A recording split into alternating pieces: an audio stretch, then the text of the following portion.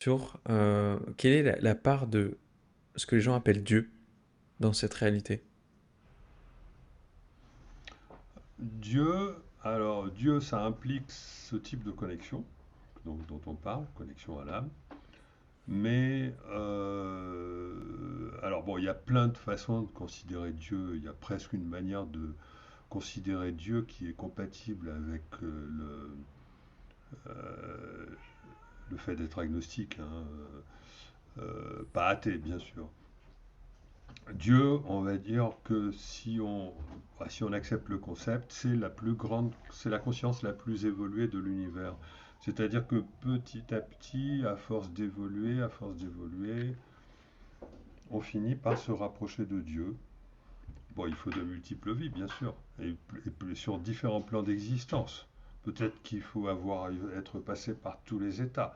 Peut-être qu'il faut avoir été un minéral, une plante, un animal, un humain, une planète, une constellation, etc. Et puis si on a été tout ça, au bout d'un temps infini, on devient Dieu.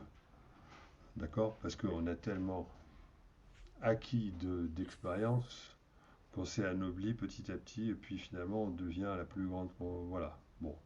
Finalement on devient le tout, puisque nous ne sommes pas séparés. Quand je dis on, c'est pas une seule conscience qui va devenir Dieu, c'est toutes les consciences évoluant ensemble, etc. Tout ça, tout va devenir Dieu. Ce sera pas, il va pas y avoir un élu.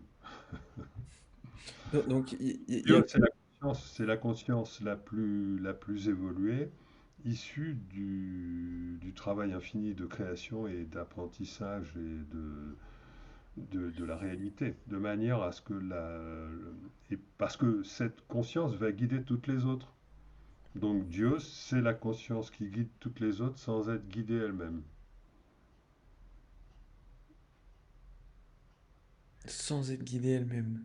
Donc, en gros, c'est Bah, comme si la civilisation commençait ici, et avec le temps, c'est Ouroboros, quoi. C'est le serpent qui se mord la queue, en fait. Avec le temps, on va évoluer, évoluer, évoluer, évoluer, jusqu'à revenir à Dieu, en fait.